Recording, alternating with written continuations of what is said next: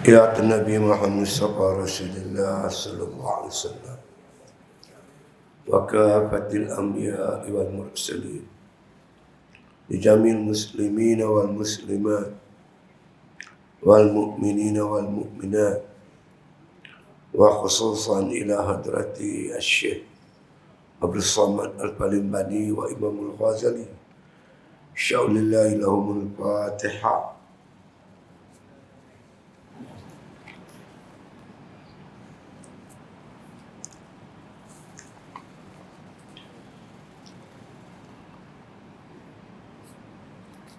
Kita muka surat 131 tu. Kat tengah tu. Ya, tidak.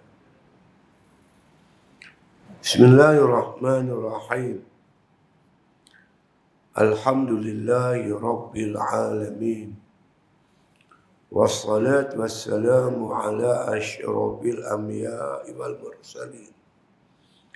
Wa ala alihi wa sahbihi ajma'in. Qala musannif rahimahullah ta'ala fi kitabih. Maka berkata Al-Imam Al-Ghazali rahimahullah ta'ala, kemudian daripada meriwayatkan hadis ini dengan katanya, fanzuril ana ila hali Fatimata radhiyallahu anha wa hiya bad'atun min Rasulillah sallallahu alaihi wasallam. Kaifa asaratil fakhra wa tarakatil mala wa man raqaba ahwal al anbiya'i wal awliya'i wa af'alahum wa akhwalahum wa ma warada min akhbarihim wa asarihim lam yashukka fi an faqdal malil fadlu min ujudihi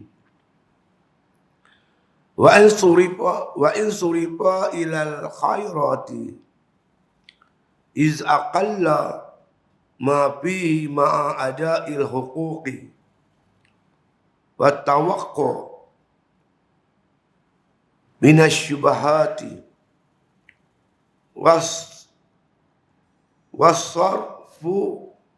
wasarfi ila al-khairati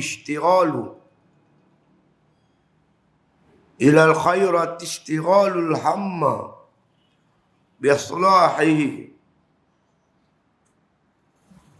wa ansirafuhu an zikrillah izla zikra illa ma'al faragh wala faragh masyghulil mal. Artinya, maka lihat olehmu sekarang kepada hal Fatimah radhiyallahu anha,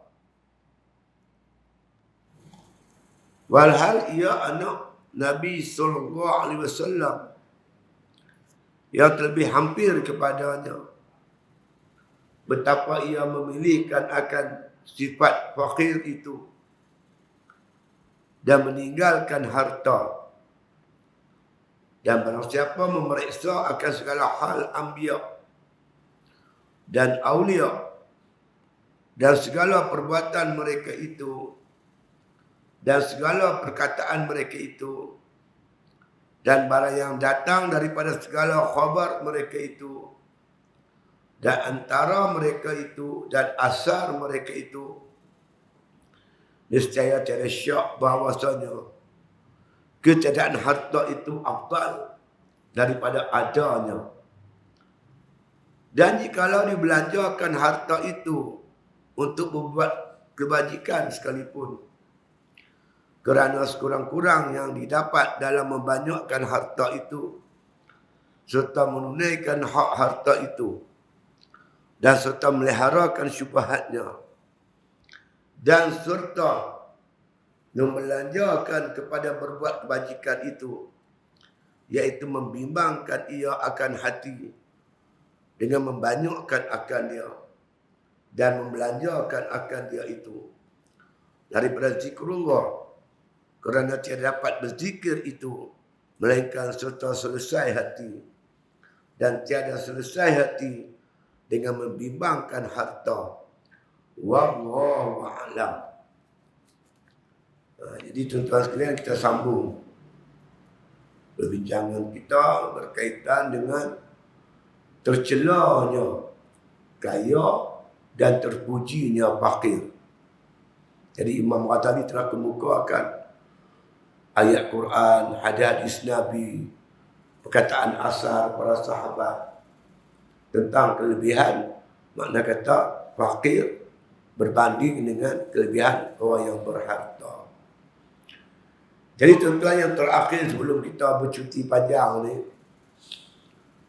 Imam Ghazali bawa satu hadis menceritakan bagaimana Rasulullah SAW menziarahi Fatimah ketika itu sedang sakit. Jadi bila dia masuk ke rumah Fatimah bagi salam, "Apa khabar anakku?" kata Rasulullah. Fatimah sebut dia sakit. Bertambah-tambah sakit dia kerana lapar. Dia tak makan, perut lapar. Sakit dah dengan lapar ni bertambah-tambah sakit. Nabi bila dengar anak kesayangannya itu lapar, sakit, Nabi menangis. Nabi kata, "Aku pun 3 hari dah tak makan." Nabi sendiri tak makan 3 hari. Kemudian Nabi SAW dikatakan letakkan tangannya ke belakang atau belikat Fatimah. "Wahai Fatimah, anakku, kamu menjadi penghulu. Aku bawa kamu khabar gembira. Kamu menjadi penghulu kepada wanita-wanita Muslim." Jadi tuan-tuan yang dirahmati Allah Subhanahu Wa Taala sekalian, daripada cerita tadi ni, Imam Ghazali nak bagi komen sikit. Kita cerita Fatimah miskin, hidupnya miskin, suami dia Ali pun miskin, Rasulullah pun seorang yang miskin. Berkaitan dengan ini, Imam Ghazali nak buat satu komen lah, ulasan. Dia kata, "Fanzuril al-an." Sekarang, mari kita tengok. Mari kita perhati. Ila hali Fatimah radhiyallahu anha. Berkaitan makna kata hal, keadaan Fatimah. Siapa Fatimah ini? Wa hiya ba'datun min Rasulillahi sallallahu alaihi wasallam. Ia ni anak yang paling hampir dengan Nabi. Dekat dengan Nabi. Nabi sayang dia sungguh-sungguh. Dikatakan Fatimah ni, rupa dia, wajah dia menyerupai hampir-hampir dengan rupa Rasulullah sallallahu alaihi wasallam. Fatimah ni bukan calon-calon orang. Dia. Fatimah pun hidupnya miskin. Pernah kita dengar satu cerita Fatimah satu hari, tuan-tuan sekalian. Dia kisah gandum. Dia Fatimah ni badan dia kecil. Dia kisah gandum untuk makna kata buat makanan untuk anak dan suami dia. Tiba-tiba Rasulullah bagi salam, Rasulullah masuk. Maka Fatimah kata, "Ya Rasulullah, mintalah Sayyidina Ali, minta Ali cari dia seorang pembantu. Kerana dalam urusan rumah tangga ni banyak kerja dia tak mampu nak buat." Nabi pun kesian juga dekat Fatimah ni, anak dia. Fatimah kata Rasulullah SAW, "Kalau kamu nak, aku boleh suruh batu ni berpusing daripada masyrik ke maghrib. 24 jam boleh pusing. Kalau kamu nak. Tapi sedap tak kamu Fatimah? Seorang wanita yang mengisar gandum untuk dibuat makanan untuk anak dan suami dia. Setiap biji gandum tu akan mengkifaratkan satu dosa. Allah Ta'ala bagi satu ganjaran pahala. Dan Allah Ta'ala angkat satu derajat. Panjang Nabi cerita.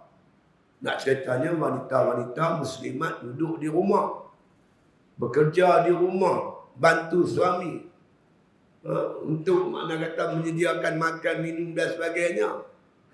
Pahalanya cukup besar.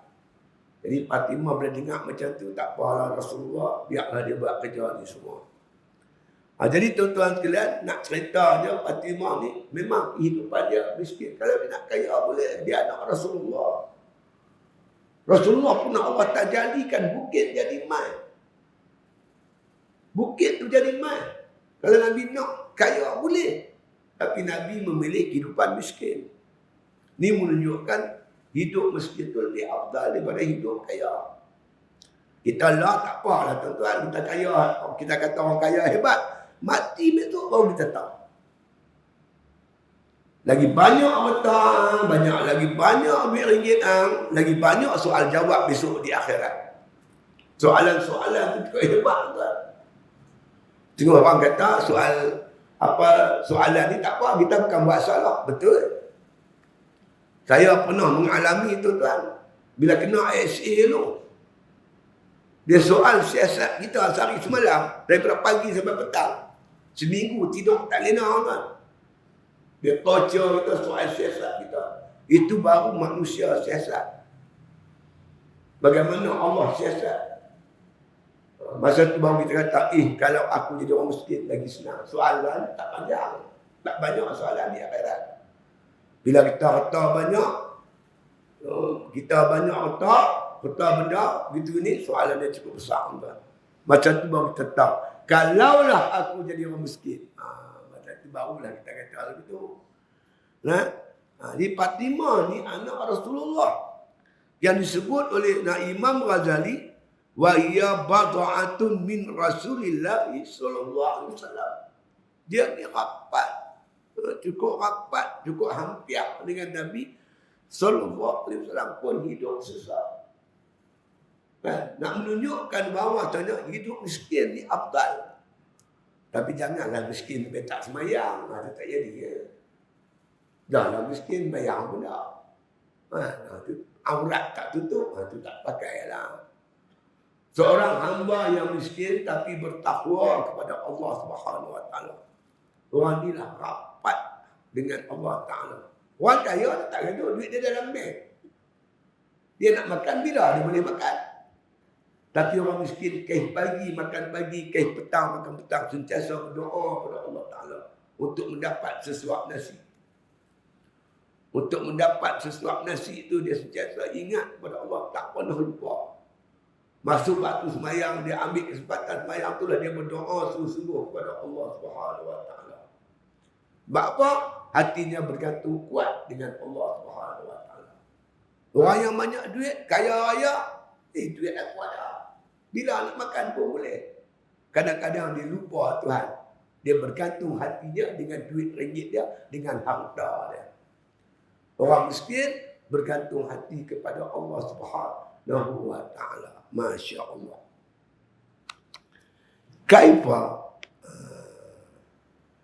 Kaifa asaratil faqr. Ya, bagaimana kita melihat bahawasanya anak Rasulullah Fatimah memilih fakir dalam kehidupan dia. Dia lebih selesa hidup sebagai orang fakir, orang miskin. Ya, itu dia. Wa tarakatil mal, dan beliau meninggalkan harta. Memilih hidup miskin. Orang miskin itu tuan, baru dia boleh rasa kehidupan orang miskin. Orang yang biasa susah, dia baru tahu apa arti kesusahan. Baru dia tersentuh dengan kesusahan orang. Tuan-tuan pernah dengar cerita ada apa yang berlaku di Tesco, Alma Jaya. Saya tak tahu, saya ingat dalam 5-6 bulan lepas, setahun yang lepas lah. Saya terbaca dalam Facebook. Bagaimana tuan-tuan seorang lelaki ditahan oleh pengawal keselamatan Tesco Alma Jaya kerana mencuri beberapa biji apple dan beberapa biji oren. Dia dibawa kepada beliau. Dia ni pengurus disco tu. Dia orang Melayu, orang Islam. Bila ditanya kenapa kamu curi, kamu tahu tak curi ni kesalahan? Tahu cik. Kenapa kamu curi? Anak saya encik, dua hari tak makan cik. Dia cakap dengan suara yang cukup sedih. Tak kerja. Saya encik, dia tak boleh kerja. Sebab isteri saya sekarang ni duduk di hospital, dah seminggu duduk di hospital. Anak saya kecil-kecil, tak ada orang nak jaga. Saya pun kena usir, kena keluar dari rumah sewa. Sekarang ni saya menumpang rumah kawan saya. Duduk di dapur rumah dia aja. Anak saya, cik, tolong cik. Anak saya ada 2 hari tak makan cik. Anak saya lapar. Menangis ni, pengurus ni menangis, meleleh yang mata. Meleleh yang mata. Kemana disuruh orang dia pergi cek tengok. Cek memang betul. Budak tu bergelepang dan lapar, kelaparan. Dia bagi biskut, dia bagi makanan, bagi apa, dia bagi duit. Hang balik, esok mai sini. Dia tak pukul 9 pagi, mai jumpa saya sini. Dia bagi kerja lagi tuan. Dia bagi duit, bukan cakap tak ambil tindakan. Dia bagi kerja. Tuan-tuan ingat cerita polis mana? OCPD di Subang Jaya bagaimana dia membantu bawa beras dibagi dekat orang yang kesusahan, yang ditangkap pada mencuri kerana kelaparan. Jadi orang yang susah ni tuan-tuan, yang biasa susah ni, tahu saja orang susah. Tengok orang dia berlagak. Main musim belah raya, dia penceramah lah. Nak tolong sana, nak tolong sini. Tapi dia hidup kaya tuan-tuan. Hidup kaya raya. Hidup mewah. Orang yang hidup mewah ni takkan tersentuh hatinya dengan kesusahan orang miskin. Hanya orang yang biasa miskin, biasa susah saja dapat merasai kesusahan orang lain. Betul Rasulullah SAW amat sedih bila mendengar para sahabat menghadapi kesusahan. Dia cukup sedih, cukup susah hati dia. Sebab dia sendiri pun biasa hidup susah. Itu dia. Fatimah memilih kehidupan makna kata sebagai fakir, fuqara dan meninggalkan harta. Wa man raqaba ahwal al-anbiya'i, barang siapa yang memerhatikan atau memeriksa daripada dekat ahwal al-anbiya'i, akan kelakuan-kelakuan para nabi. Anbiya ni nabi-nabi. Semua nabi-nabi. Semua nabi-nabi. Wa awliyaihi, dan wali-walinya. Wali-wali Allah. Para nabi, para wali, wa af'alahum, dan perbuatan mereka itu. Perbuatan para nabi, perbuatan para awliya, wali-wali, wa aqwalahum, dan percakapan mereka itu. Perkataan para nabi, mana-mana nabi percakapan para wali, wa ma warada min akhbarihim, dan barang yang sampai daripada perkhabaran mereka itu. Perkhabaran yang sampai kepada kita tentang kelakuan nabi, kelakuan wali-wali, wa asarihim, dan juga asar ni kesan-kesan percakapan mereka, tindakan mereka.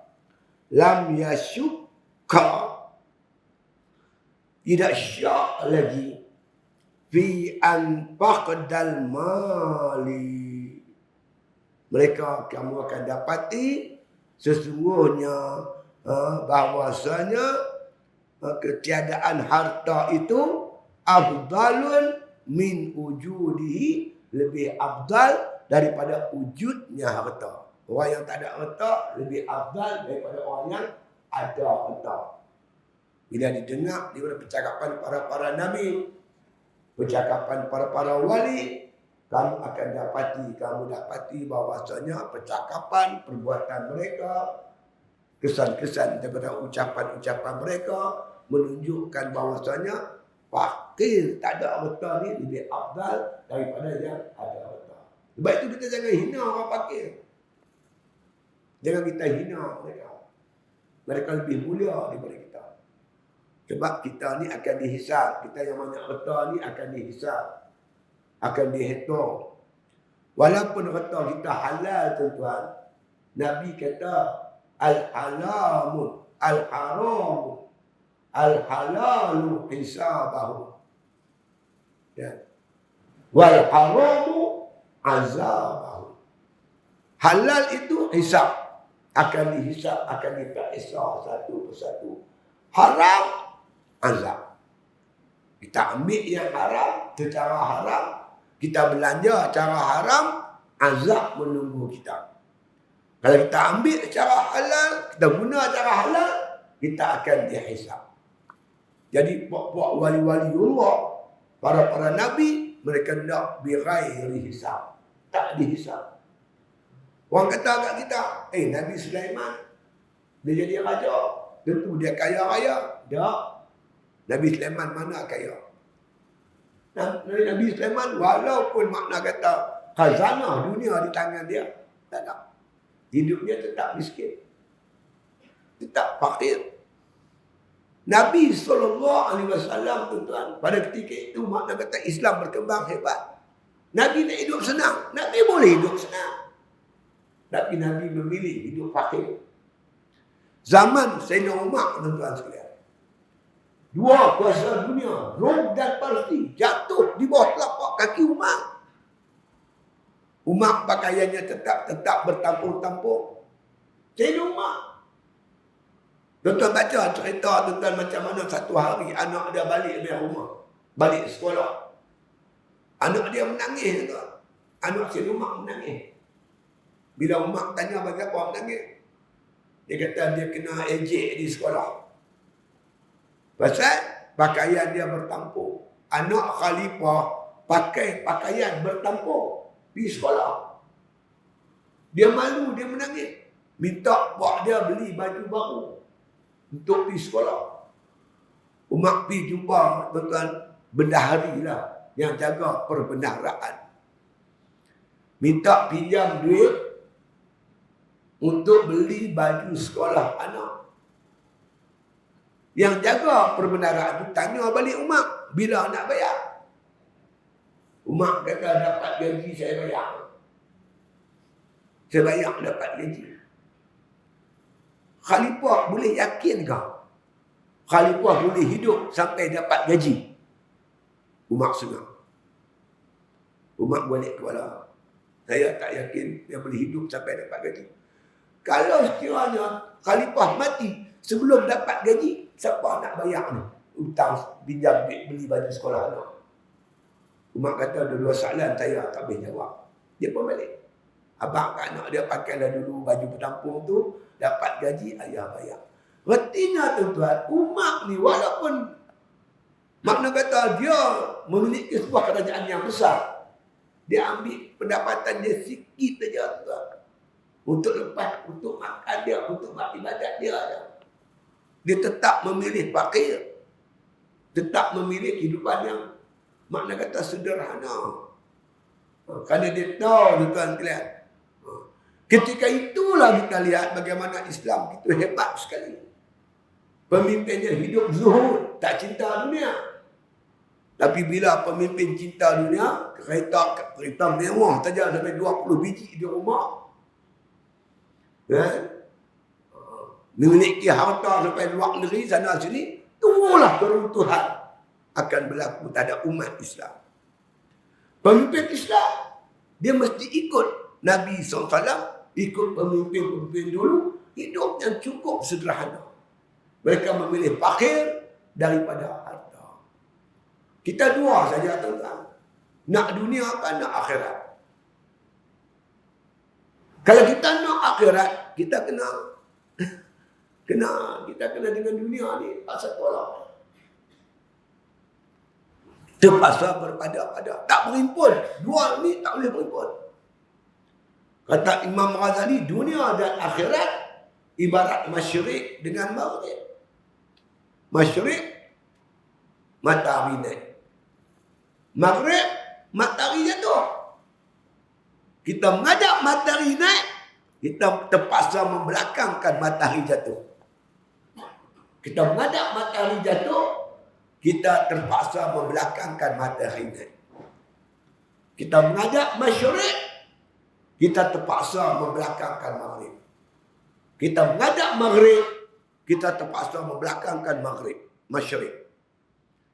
Kita pilih dunia, jangan harap dapat akhirat.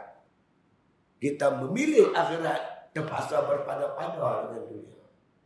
Dan kita tahu akhirat lebih baik daripada dunia. Wal akhiratu khairun wa abqa. Akhirat lebih baik dan lebih kekal. Bal tu'thiruna al-hayatad dunya wal akhiratu khairun wa abqa.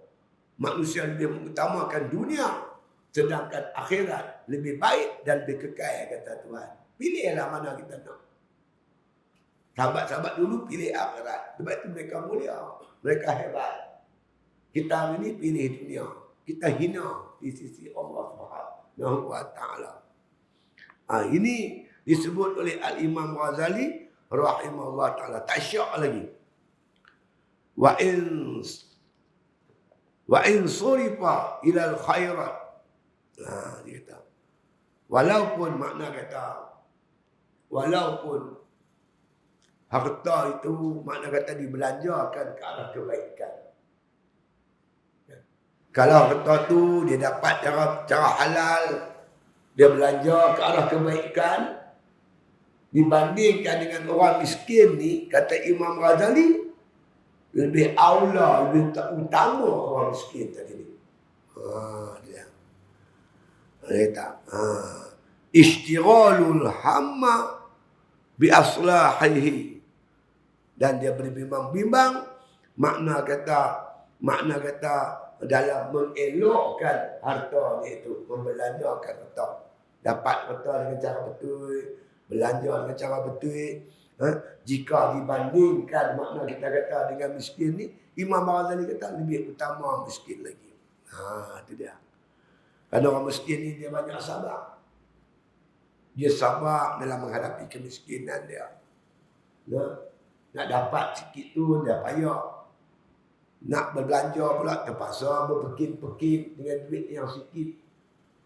Lepas tu duduk pula di rumah sewa yang sempit. Makan pula ala kadar. Itu dia tuan. Terpaksa bersabar dengan kemiskinan mereka itu. Ya. Qala musannif rahimahullah ta'ala. Iz aqallu ma fihi ma'aid ada'il huquq wa tuwaqqa minasy syubhat. Ya. Kata Imam Ghazali rahimahullah ta'ala, dan sekiranya dia kata sekurang-kurangnya, iz aqallu, sekurang-kurangnya, dengan membanyakkan harta ini, ma fihi ma'ada'il huquq, ya, dia terpaksa menunaikan segala hak-hak harta tadi. Dapat cara baik, cara halal, belanja pula cara betul. Ya.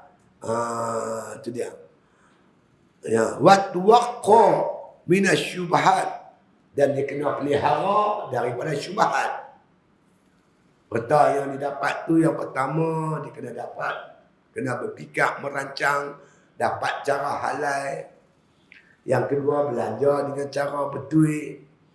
Kemudian pula kena pelihara daripada syubhat. Ya. Imam Ghazali.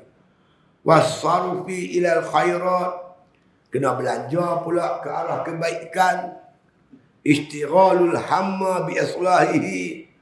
Dia kena berbimbang-bimbang kebaikan, pembahagian harta tu tadi.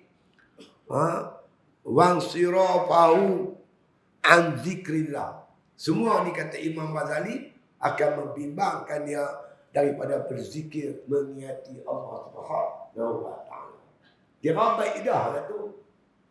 Dapat harta yang halal, belanja cara yang betul, jaga daripada syubhat, tolong orang miskin, tolong orang susah.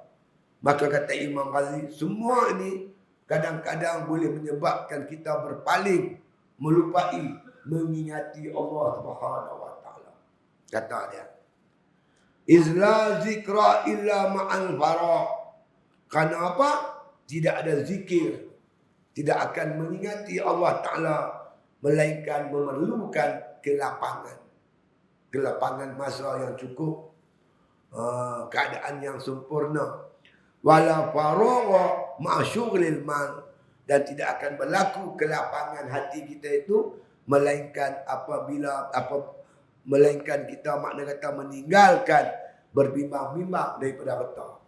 Dengan berbimbang-bimbang pada harta ini menyebabkan kita sibuk hingga melupai mengingati Allah Subhanahu wa taala. Jadi tuan-tuan sekalian, ini Imam Ghazali nak sebut perbezaan kelebihan orang miskin daripada orang kaya. Kalau kita tak mampu, memanglah Allah Subhanahu wa taala bagi kita kadang-kadang setengah orang tu ada harta, setengah tu dapat harta dengan mudah, setengah tu payah. Kalau Allah Ta'ala takdirkan kita mendapat harta dengan yang mudah, balik korang tuan-tuan bagi kita ni, pastikan harta tu halal. Pendapatan kita halal. Jangan pendapatan tu haram, kita tak mahu. Pendapatan yang haram akan menyebabkan tuan-tuan dan diri kita dan keluarga kita jadi haru biru. Kulu minat tayyibat wa'malu salihah. Kata Imam Ghazali, kata Rasulullah SAW, kata Allah Ta'ala dalam Al-Quran, ya ayyuhar rusul, kulu minat tayyibat wa'malu salihah. Wahai Rasul-Rasul, makanlah yang baik-baik, yang halal-halal. Kerjakanlah amalan-amalan yang soleh. Jadi pastikan pendapatan kita halal, baru kita, keluarga kita, anak isteri kita boleh mengerjakan amalan-amalan yang soleh. Itu satu. Yang kedua, kita ambil makna kata keperluan kita tu sekadar yang kita perlu untuk melakukan ibadat kepada Allah Subhanahu wa taala. Supaya kelebihan harta yang Tuhan bagi kat kita, kita boleh guna jihad fi sabilillah. Kalau kita impun harta banyak-banyak, tuan-tuan, kita akan menyesal. Kita akan menyesal. Di mana Allah Subhanahu wa taala cerita dalam Quran, tuan-tuan. Cerita dalam Quran. Bila seseorang tu hampir-hampir nak mati, apabila kematian dekat dengan dia, dia dah masuk, orang panggil zul merah. Dia rasa dia tak boleh hidup dah. Kaki dia dah jam, tak boleh bergerak. Betih paha dia tak boleh bergerak. Sampai ke dada dah ni. Dia merasai kematian sangat hampir. Ketika tu tuan-tuan, apalah agaknya kalau benda ni mengenai kita, terkena kat kita, apa yang kita minta kepada Allah Ta'ala.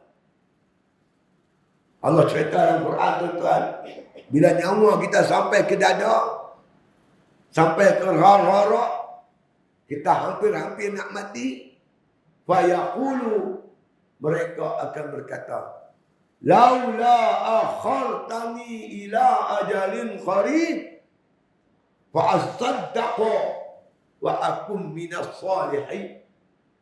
Ya Allah, ya Tuanku, kalau kau bagi dekat aku ni masa sikitnya lagi, ila ajalin qarib, kau panjangkan sikit aja umur aku nak buat apa?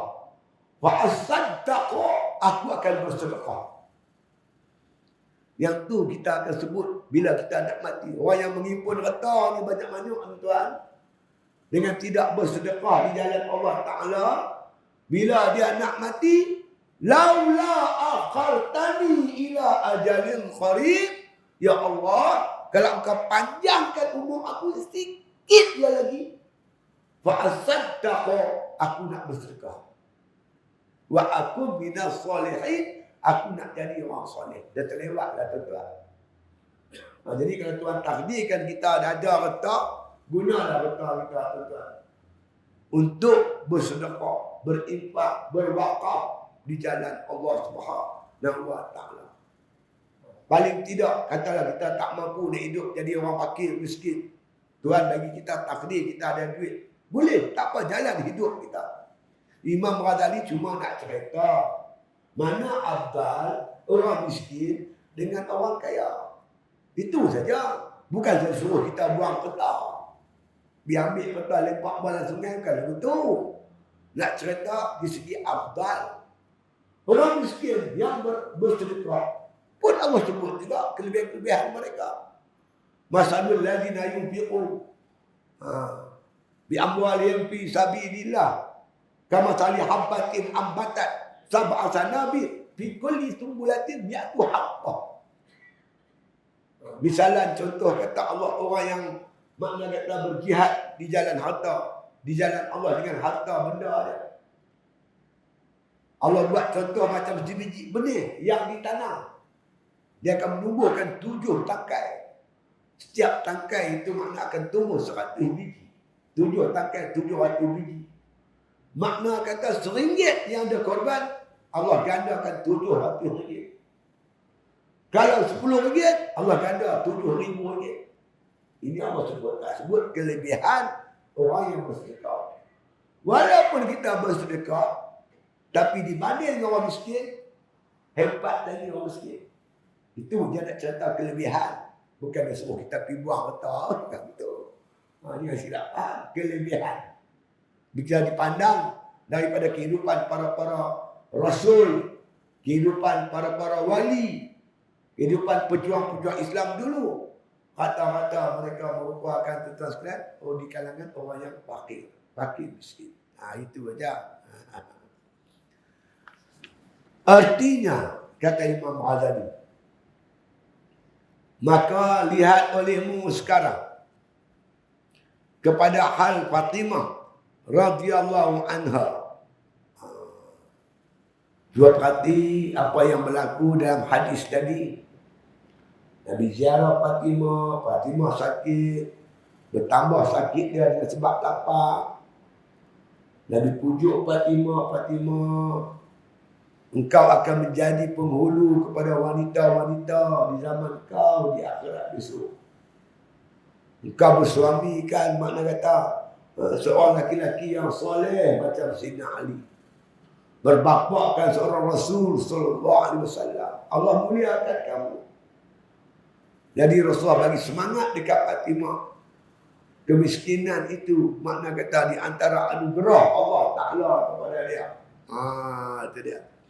Walhal ia anak Nabi sallallahu alaihi wasallam.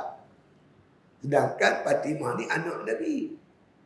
Allah takdirkan dia hidup miskin. Nabi Muhammad SAW ditakdirkan miskin. Mak dia mati ketika dia dalam kandungan. Mak dia meninggal ketika dia masih kecil. Allah takdir pula Nabi dibelah oleh Abu Talib. Sebelumnya tok dia belah saatnya. Bila tok dia mati, tok wan dia mati, dibelah oleh Abu Talib. Bawa menakan Nabi. Abu Talib ni orang miskin, anak ramai. Allah tak takdirkan Nabi dibelah oleh Sayyidina Abbas. Atau dipelihara oleh Abu Lahab. Jadi kaya-kaya ni. Tapi Allah takdirkan Nabi dibelah oleh orang miskin. Ini menunjukkan bahawanya tarbiyah Allah Ta'ala kepada pejuang. Orang nak berjuang agama Islam ni, dia memang diuji. Diuji hebat. Baru makna kata dia mampu berjaya menjadi pemimpin yang hebat. Kalau dia hidup mewah, dia tak ada daya tahan, tuan-tuan. Dia tak ada daya tahan. Yang boleh berdaya tahan ni orang yang hidup miskin. Seperti kata Ustaz Fatayyakan, orang kaya hidup mewah, mereka tak ada daya tahan. Seperti kata pepatah, luka pipi di embusan bayu, luka jari di lilitan sutera. Bayu ni lembut, tapi kena pipi tu kokoh. Sutera ni lembut, kena jari terkoyak. Tak ada daya tahan. Nak berjuang Islam ni memang berdaya tahan. Berdaya tahan ni biasanya lahir daripada keluarga miskin. Selalu berlapar. selalu susah, buat kerja berat-berat, dia akan mampu menjadi, makna kata, seorang pejuang yang hebat. Sebab itu Imam Ghazali kata, jangan didik anak kamu dengan mewah-mewah. Tidur di telak empuk, makan sedap-sedap. Bila dia besar, dia tak mampu menjadi pejuang yang hebat. Ya, ini tarbiyah Allah Ta'ala kepada Nabi-Nya Muhammad sallallahu alaihi wasallam. Ya. Perhati apa yang Allah lakukan kepada Fatimah. Walhal ia anak Nabi sallallahu alaihi wasallam. Fatimah ni anak Nabi. Kalau Tuhan nak bagi dia kaya boleh, tak ada masalah. Bahkan terlebih hampir kepadanya, kepada Nabi. Fatimah ni dekat dengan Nabi. Anak Nabi yang hampir dengan Nabi. Yang Nabi cukup sayang. Dan betapa ia memilihkan akan sifat fakir itu. Fatimah hidup bagi orang yang fakir. Bagi orang miskin. Dia kata Fatimah tadi ni, anak Nabi. Puteri Nabi. Dan meninggalkan harta. Memilih kehidupan miskin daripada kehidupan kaya raya. Dan barang siapa memeriksa akan segala hal. Anbiya. Anbiya ni Nabi-Nabi. Kalau Nabi, Nabi Jul. Banyak Nabi, Anbiya'u. Nabi-Nabi. Kalau kita perhati kehidupan para Nabi-Nabi. Dan awliya-nya. Awliya. Para wali-wali. Para Nabi. Para wali. Dan segala perbuatan mereka itu. Dan segala perkataan mereka itu. Dan barang yang datang daripada segala khabar mereka itu. Periksa elok. Percakapan mereka. Berita yang sampai kepada kita tentang Khadir Jailani. Junaid Al-Baghdadi. Kita baca. Bila tengok apa nama. Lah ni ada lagi. Dia duduk pergi ziarah Pak Sumit. Saya dulu rajin ziarah. Lah ni jarang dapat ziarah. Saya dapat berita tuan-tuan, dia puasa tak kurang 65-60 tahun dia puasa. Hari-hari dia puasa. Tuan-tuan, dia boleh makan satu hari sebiji kurma. Sebiji kurma satu hari. Dia boleh hidup. Sebiji kurma tu dia buka puasa, dia luluk. Dia luluk. Bagi batal puasa. Sebiji tu simpan. Makan sok. Saat lagi baru dia makan sok. Dengan sebiji kurma. Hidup elok. Itu kimputan wali-wali. Mana ada wali makan cokotiao? Ada juga. Perkena tiakap. Ada? Ada. Tiakap pula 1,000 lebih tekok. Apa Mana ada tuan. Para wali, para Nabi makan mereka zuhud, makan sikit. Hidup mereka miskin. Kalau kita perhati kehidupan mereka macam itulah. Dan barang yang datang daripada segala khabar mereka itu, berita-berita yang sampai kepada kita. Dan asal mereka itu, perbuatan-perbuatan mereka itu, kelakuan mereka itu. Kehidupan mereka sebagai orang miskin, bukan sebagai orang kaya.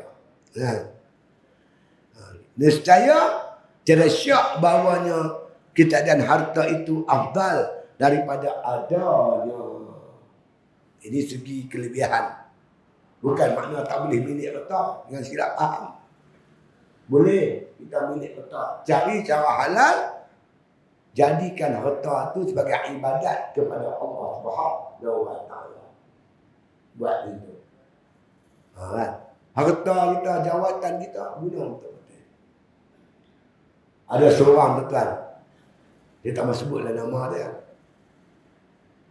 Dia jemput saya pergi buat kuliah di sekolah dia. Dia ada buka tahfiz untuk budak-budak perempuan. Dia ni wakil rakyat di negeri kita. Lepas tu sementara sampai giliran saya nak buat kuliah, sembang dengan PA dia. Dia cerita tu kat saya bonek kepala. Dia kata, Ustaz, Saya dengan ustaz ni, dia kata, selalulah balik jauh malam. Satu malam tu saya balik pukul 12 malam. Sampai di rumah ustaz baru nak tidur. Buang baju semua nak lena, dia panggil, telefon. Suruh pergi rumah dia. Saya pergi rumah dia ustaz. Dia tengok dia siap duduk dalam kereta. Dalam kereta dia penuh. Beras lah, gula lah. Penuh barang-barang dalam kereta dia. Nak pergi mana ustaz? Masuklah kereta. Ustaz cerita kat dia. Kemarin tu ada seorang perempuan, wanita, telefon dia. Telefon yang berhormat ni. Dia keputusan makanan. Beras habis, gula habis, makanan semua habis. Minta bantuan segera. Ustaz ni pun pergi lah bantu. Bagi beras, bagi gula, bagi sardin, bagi duit. Semua. Lepas tu ustaz contoh dia balik nak tidur. Gaya nak letak badan dia teringat. Berapa ramai lagi lah orang lapar macam ni, tak ada makanan. Kehabisan bekalan. Dia kata, saya takut besok Allah soal saya di akhirat besok. Tu yang dibubuh dalam kereta tu penuh. Sampai kereta tu seperti tak ada. Jadi PA dia ikut dia. Dia tak tahu mana orang susah, mana orang tak susah. Dia pergi perkampungan nelayan. Pergi bagi dekat rumah. Letak depan pintu. Satu kampit plastik. Sebab dia tak tahu mana satu. Setengah orang susah tuan. Dia tak minta. Bukan semua orang susah dia minta. Ada orang tak minta. Jadi sentuhan hati ni terasa. Kebimbangan yang amat sangat. Allah akan soal aku besok di akhirat. Dia wakil rakyat. Kalau ada wakil rakyat macam ni tuan-tuan, Masya Allah. Hebat kita. Yang prihatin terhadap masyarakat kesusahan orang. Yang tu ada ni, putau lah banyak-banyak. Dia orang nak pulun dia. Nak kau. Pasiak pun dia sapu. Berebut pasiak. Abang berebut pasiak. Tak tahu lah nak jadi apa. Tunjukkan seorang pemimpin yang mengikut makna kata ajaran Islam. Contoh yang Nabi tunjuk. Sahabat-sahabat tunjuk. Mana? Baru betul. Itu dia. Daripada kelakuan mereka, berita yang sampai kepada kita menunjukkan bahawa mereka lebih mengutamakan hidup miskin daripada hidup kepada orang yang berharta. Itu dia. Dan jikalau dibelanjakan harta itu untuk berbuat kebajikan sekalipun, walaupun seorang tu dapat harta yang halal, dia berbelanja di jalan kebajikan, jika dibandingkan dengan orang yang fakir, orang yang fakir ni lebih afdal. Tapi tentu kena faham pula. Satu afdal, satu aslah. Afdal orang fakir. Tapi aslah orang kaya. Orang fakir ni dia memang hebatlah diri dia. Dia afdal dia, lebih utama dia. Dia dapat afdal. Tapi dalam bab aslah, orang kaya yang membelanjakan harta di jalan Allah SWT. Dia bandingkan orang kaya, duit dia banyak. Dia bantu tahfiz. Dia bantu masjid. Dia bantu pondok. Saya dapat berita daripada cikgu kita waktu ni, cikgu apa? Dulu pengurusi masjid ni cikgu apa? Cikgu apa nama? Cikgu Din. Dia kata kawasan kita ni ada satu orang. Dia berniaga nasi. Oh, saya tengok kedai dia tu, pinggan tu dia. Boja tinggi, tak lagi rendah. Tu contoh tu. Jalan nak pergi Sungai Timur. Tapi dengar cerita dia, kereta pun tak ada. Dia ada motor Honda Cut. Nak bawa apa kereta, dia bukan nak pergi mana, dia nak pergi kedai dia, bawa rumah dia. Dia pergi market bukan tapi dengan motor. Pendapatan dia bantu masjid, bayar bil api. Dia bagi dekat orang, dekat jatuh kaca masjid ni untuk bayar satu hati kat guru-guru. Dia guna kekayaan dia tu. Itu dinamakan aslah. Mengislahkan masyarakat. Segi abdal orang miskin. Tapi segi makna aslah, orang kaya di aslah. Dia mengislahkan. Macam Abraham bin Auf. Abraham bin Auf tu dia orang kaya. Tapi hidup dia macam tu. Kekayaan dia tu tidak mengganggu gugat dia daripada mengingati Allah Subhanahu wa taala. Allah sebut dalam Quran, rijalun la tulhihim tijaratun wala bai'un an zikrillah. Laki-laki yang tak melalaikan dia dengan sebab perniagaan dia, jual beli dia daripada mengingati Allah Taala. Orang ni orang aslah. Abraham bin Auf. Dia gunakan kekayaan dia untuk membantu perjuangan Islam. Jadi dapat aslah, yang dapat afdal. Segi afdal memang hebat orang miskin. Tapi segi aslah, orang kaya yang menginfakkan hartanya di jalan Allah Subhanahu wa taala membantu perkembangan Islam di muka bumi Allah Subhanahu wa taala ini. Kita rebutlah mana-mana pun tuan-tuan. Nak jadi orang miskin, jadi orang miskin semua-semua. Banyakkan buat ibadat, jadi orang yang hebat. Miskin yang tak meminta-minta. Dia tak kacau orang. Dia miskin, dia tanggung miskin dia. Dia sabar kemiskinan dia. Ini hebat. Kalau Allah takdirkan kita orang kaya, jangan jadi kedekut. Dapat kekayaan secara halal dan belanjakan di jalan Allah Subhanahu wa taala. Sebab itu tuan-tuan, apabila Tuhan sebut tentang jihad bi amwalihim wa anfusihim. Wa amwalahum wa anfusahum. Allah sebut dengan harta benda dan jiwa raga mereka. Macam mana kita nak bersedekah dengan harta benda kita kalau kita tak ada duit? Jadi masing-masing ada haluan. Orang kaya ada haluan, orang miskin ada haluan. Masing-masing ada haluan. Itu dia. Tapi kita tak nafikan di segi hujah, dalil dan sirah menunjukkan orang miskin lebih afdal daripada orang kaya. Tak dapat nafi. Ahli sufa yang duduk di masjid Nabi tu rata-rata mereka miskin. Tu Guru Haji Bakar Ustaz Bakar Pondok Bandar Hili. Dia kena tahan dengan saya sekali dalam tahanan ISE. Baca kitab Sirajul Talibin, dia baca. Saya mengaji kat dia. Cerita seorang sahabat ahli sufa yang terlibat dalam perang Uhud. Bila habis perang, Nabi tanya dia. Nabi suruh cari sahabat ni.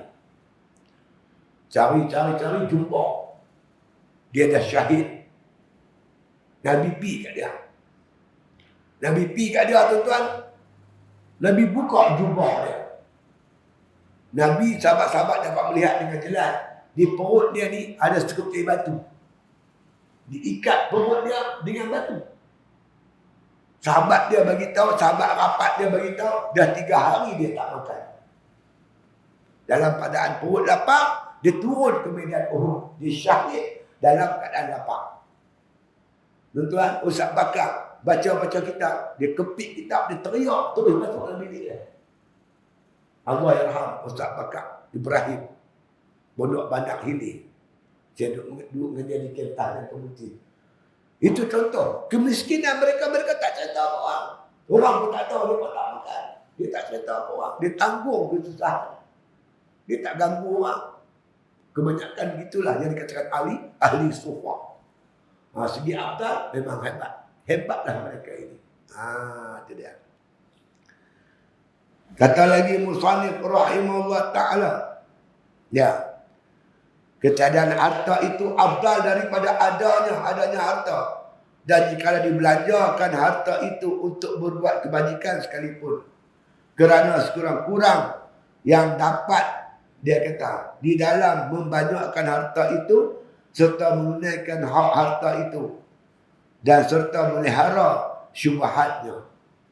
Jadi dengan banyak harta tu nak dapat harta, nak jaga harta, nak berbelanjakan harta, nak jaga pula harta tu daripada syubhat. Serta dia kata belanjakan kepada yang membuat kebajikan. itu, iaitu membimbangkan ia akan hati. Jadi nak dapat betul, nak simpan betul, nak belanja betul, nak jaga betul pada syubhat. Semua ni membimbangkan hati daripada beribadat kepada Allah Subhanahu wa taala. Ya, itu dia.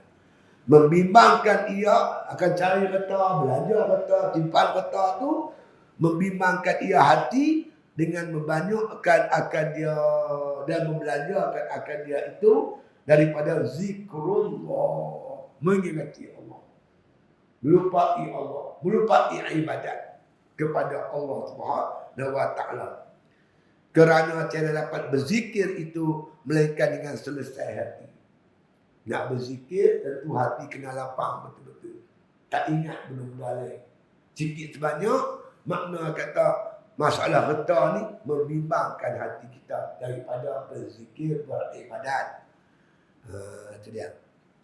Dan cara selesai hati dengan membimbangkan harta. Hati tak selesai, tak selesa, tak lapang dengan sebab membanyakkan harta. Jadi kesimpulannya bahawa afdallah orang yang miskin dibanding dengan orang kaya. Ujar Imam Ghazali rahimahullah ta'ala. Harap dapat faham dengan jelas. Wallahu a'lam. Allah lah lebih tahu, insya-Allah. Jadi itulah lebih kurang yang kita ambil manfaat daripada hujah-hujah Al-Imam Ghazali. Kemudian kita akan masuk tuan-tuan tajuk yang baru akan datang, iaitu Babus Samin, iaitu makna kata bab yang ke-8 fi zammil jah wa riya, pada menyatakan kecelaan jah, kasih kepada jah, kemegahan pangkat, wardia, dan kecelaan orang yang bersifat dengan sifat riya, insya-Allah. Jadi sebelum kita berpisah ni, cuba sikit maklumat je lah. Jadi macam biasa ada barang jualan yang kita bawa macam biasa. Cuma malam ni nak promosi. Ada 3 makanan kesihatan tuan-tuan yang kita bawa khusus untuk membina imuniti badan kita, terutama dalam menghadapi COVID ni, insya-Allah. Yang pertama tuan-tuan makanan sunnah, iaitu habbatus sauda. Kita ada bawa habbatus sauda. Aisyah radhiyallahu anha menceritakan Nabi ada bersabda. Nabi kata inna hadhihi habbatus sauda. Ini habbatus sauda. Syifa'un min kulli da'in. Dia merupakan syifa, ubat bagi semua penyakit. Semua penyakit ubatnya habbatus sauda.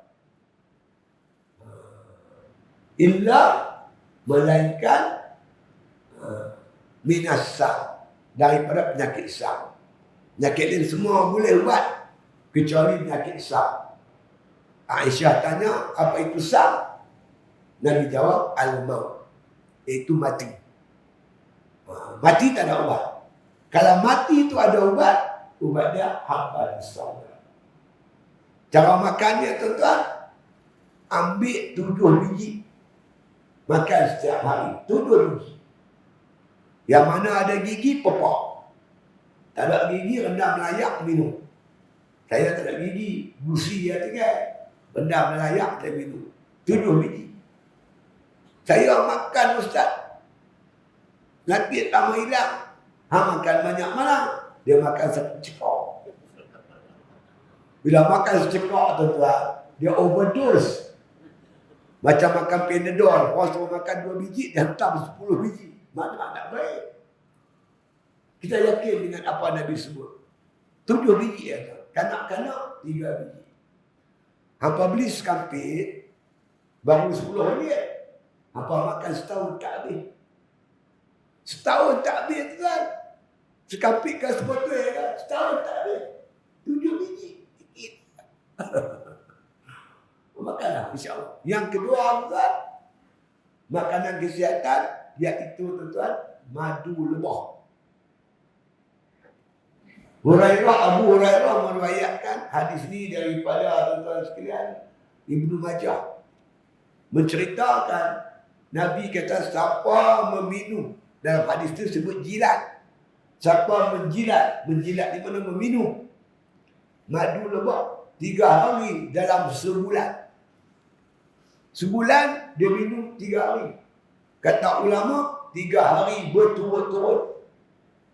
3 hari dalam sebulan tu berturut-turut minum madu lebah.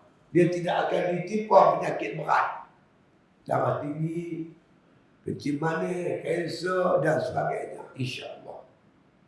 Tapi saya minum hari-hari 2 sudu. Itu cengeng nak mampu ya.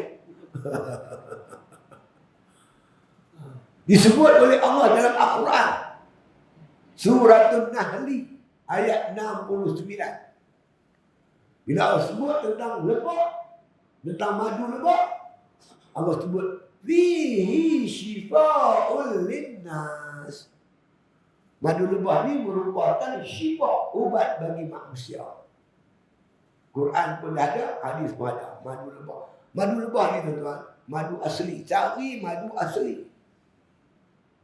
Madu asli ni apa buat balik ke rumah, bini tak marah. Madu satu lagi aku tak tahu. Macam mana tuan-tuan nak tahu madu tu asli ke bukan? Ambil piring macam ni, apa tuang madu lebah sikit. Lepas tu ambil air, buh sikit, lepas tu goyang. Goyang-goyang, dia membentuk tuan-tuan sarang lebah 6 persegi. Tu madu lebah asli. InsyaAllah. Jadi alhamdulillah dengan izin Allah, saya mendapat bekalan daripada Pahang. Madu ni telah diuji oleh Mardi dan Unipec UKM. Universiti Kebangsaan Malaysia, Unipec. Makmal dia lah. Dan memang kalau tuan-tuan ambil madu tu, tuan-tuan buah dalam piring, buah ayak sikit, goyang-goyang, memang nampak apa nama dia punya bentuk madu lebah tu, insyaAllah. Ada jual. Satu lagi tuan-tuan, makanan yang diamalkan oleh sahabat-sahabat kita, terutama di Timur Tengah, yang namanya sumak. Sumak tuan-tuan. Sumak ni tumbuh-tumbuhan yang hidup subur di kawasan udara Laut Mediterranean. Saya dapat bekalan daripada Turki. Sumak ni. Kalau tuan-tuan nak tahu lebih lanjut tentang sumak, tuan-tuan cari Google. Cek dalam Google SUMAC. Sumek. SUMAC. Sumek. Dia akan keluar berita cukup panjang. Pokoknya sumek ni atau sumak ni, dia mempunyai vitamin C, kaya dengan vitamin C. Alhamdulillah tuan-tuan, isteri saya, dia orang Sabah, batuk dekat 6-7 bulan. Pergi doktor mana pun tak mau. Dia ambil satu sudu kecil tu, dia papak-papak telan. Alhamdulillah dengan izin Allah, hilang tu batuk. Dia kaya dengan vitamin C. Sumak ni cara makan dia, tuan-tuan boleh makan mentah-mentah tu boleh, tak ada masalah. Tapi saya buat, ambil cawan macam ni, ambil ayak panas. Ayak panas betul-betul. Bubuh satu sudu. Sudu kalau besar ni, sudu teh cukup kan. Kena ayak panas, dia akan bertukar warna, jadi merun. Dia keluar warna merun tu. Tuan minum lah, dia masak sikit. Kalau nak sedap, buah madu. Dia masak-masak manis macam asam boy. InsyaAllah tuan-tuan. Ketiga-tiga makanan ni, sama ada habatus sauda, madu lebah dan sumak, dia akan menjaga paru-paru kita, pernafasan kita. Dia akan menjadi benteng pertahanan daripada serangan COVID. InsyaAllah dengan izin Allah Subhanahu Wa Taala. Jadi kita ada jual di sana, di belakang tu, tuan-tuan boleh cuba lah insyaAllah. Saya dah jadi makanan rutin saya hari lah.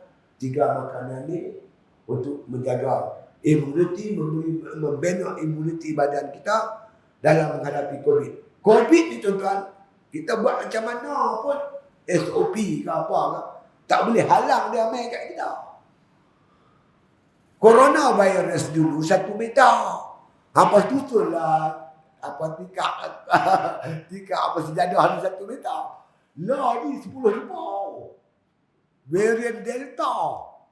Lagi apa benda, aku pun tak tahu nak sebut pun tak kerti. Dia terbang tu jauh. Bukan 1 meter, 10 ribu. Jadi kita tak mampu menghalang COVID-19 ke tubuh badan kita. Yang mampu, kita lawan dia dengan membina imuniti badan kita. Ada mereka tengah bina dengan cucuk vaksin. Vaksin pun vaksin lah.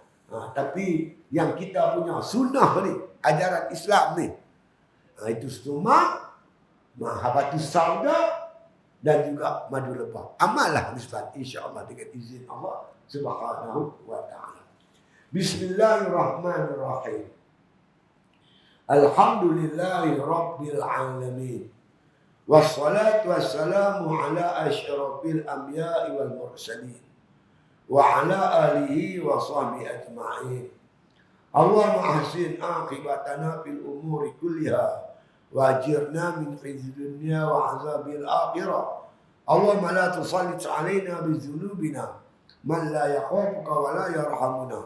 Allahumma ij'al khaira ayyamina yawma nalqa wa anta radin anna واختم بالصالحات أعمالنا توفنا مسلمين والحقنا بالصالحين صلى الله على خير خلق محمد وعلى آله وصحبه وسلم والحمد لله بالعالمين. Takbir.